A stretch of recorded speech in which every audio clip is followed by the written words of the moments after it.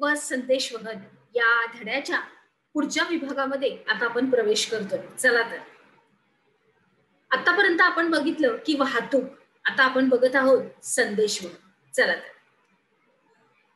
तर वाहतुकीप्रमाणेच संदेशवहन ही देखील आपली एक पायाभूत सुविधा आहे.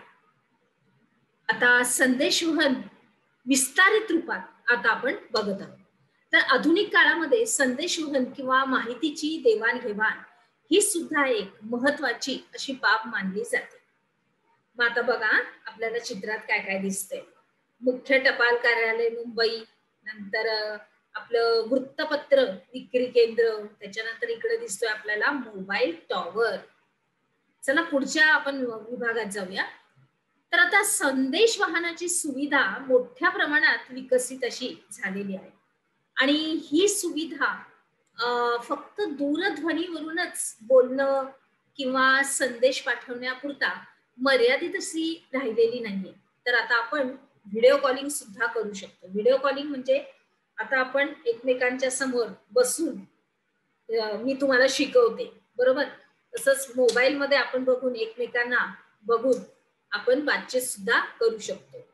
त्याचप्रमाणे व्हिडिओ कॉन्फरन्सिंग द्वारे एकाच वेळी अनेकांशी सुद्धा आपण बोलू शकतो. कॉन्फरन्स त्याला बोलतात. तर मग अशा ह्या संदेशवहनाच्या फायद्यांबरोबरच अनेक तोटे सुद्धा आहेत. तर तुम्हाला प्रश्न पडला असेल की तोटे काय आहेत? फायदे तर आम्हाला मिळतात. आम्ही आमच्या सवंगडी मित्रांशी मस्तपैकी व्हिडिओ कॉलिंग करून भेटतो. ताईचा वाढदिवस आहे तर ती दुसऱ्या गावात आहे तर आपण आरामातपणे तिला वाढदिवसाच्या शुभेच्छा देऊ शकतो व्हिडिओ कॉलिंग करून वगैरे वगैरे. मग आता याच्यामध्ये तोटा काय आहे? चला बघूया.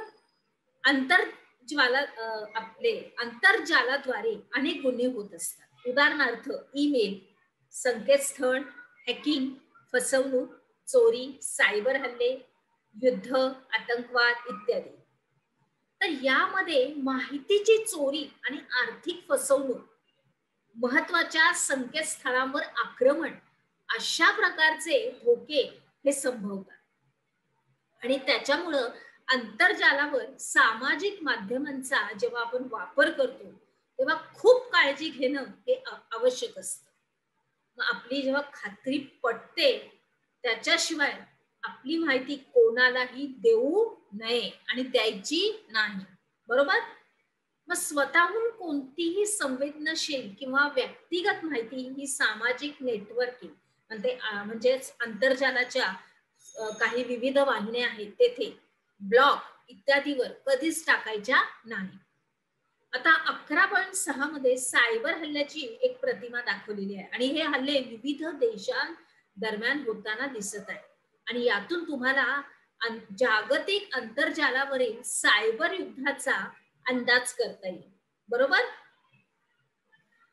तर मग आता तुम्हाला काय सांगितलंय बघा की तुम्हाला माहित असलेल्या विविध संदेशवहनांच्या साधनांची एक यादी करायची आणि मग काय करायचंय की त्यापैकी किती साधनं तुम्ही प्रत्यक्षात वापरता विद्यार्थी मित्रांनो, त्या साधनाच्या नावांना चौकट करायची आणि ही साधनं कशासाठी वापरता आणि उर्वरित साधनांचा वापर हा कोण करतं. आणि मग आजच्या या आधुनिक युगामध्ये कृत्रिम उपग्रह हे संदेशवहनाचं एक अत्यंत महत्वाचं आणि प्रभावी असं साधन आहे. मग मोबाईलवर संदेशाचे आदान प्रदान होणे, दूरचित्रवाणी, संचावर आपले कार्यक्रम पाहणे, हवामाना संदर्भात अद्ययावत अशी माहिती आपल्याला मिळते. इथे आता ढग आलेले आहेत, हा इथं पाऊस पडणार आहे, मग इथं हिमकंड दाखवलं की आपल्या काश्मीरमध्ये इथं बर्फ पडणार आहे वगैरे वगैरे. आता ह्या सगळ्या गोष्टी कृत्रिम उपग्रहाद्वारे एकाच वेळेस करणे शक्य झाले. म्हणजेच काय तर सुदूर संवेदन तंत्राच्या सहाय्याने मिळवलेल्या उपक्रम प्रतिमांचा उपयोग हा भूपृष्ठावरील साधन संपत्तीचा संपूर्णपणे अभ्यास आणि प्रादेशिक असं व्यवस्थित नियोजन करण्यासाठी होतो. मग आता आंतरजाल आणि सामाजिक माध्यमांच्या या युगामध्ये सर्वांना या व्यवस्थेचा वापर करावा लागतो.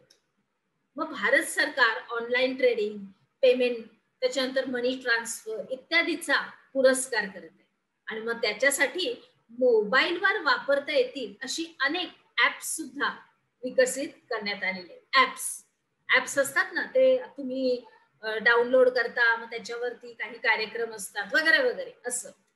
उदाहरणार्थ भीम ऍप, SBI एनिवेअर इत्यादी. आता या संदेश वहनांच्या सुविधांद्वारे आपण अनेक प्रकारची देयक भरणे, खरेदी विक्री असे अनेक व्यवहार करू शकतो. उदाहरण झालं तर आपण आपलं जे बिल येतं विजेचं, ते सुद्धा आपण अगदी आरामातपणे भरू शकतो.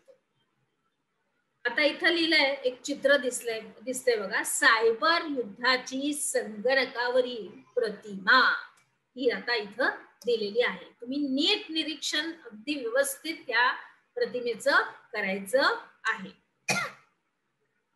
पुढे जाऊया. आपण काय शिकलो ह्याच्यामध्ये सविस्तर उत्तर लिहा. या अंतर्गत टीव्ही हे संदेश वाहनाचे टीव्ही हे संदेश वहनाचं स्वस्त साधन आहे हे स्पष्ट करायचंय. आणि भ्रमणध्वनीचा उपयोग करून कोणत्या कोणत्या प्रकारे संदेश वहन हे करता येतं. चला तर मग आता आपण आपल्या पुढच्या विभागात प्रवेश करूया. अजून काय काय माहिती आपल्याला विद्यार्थी मित्रांनो, चला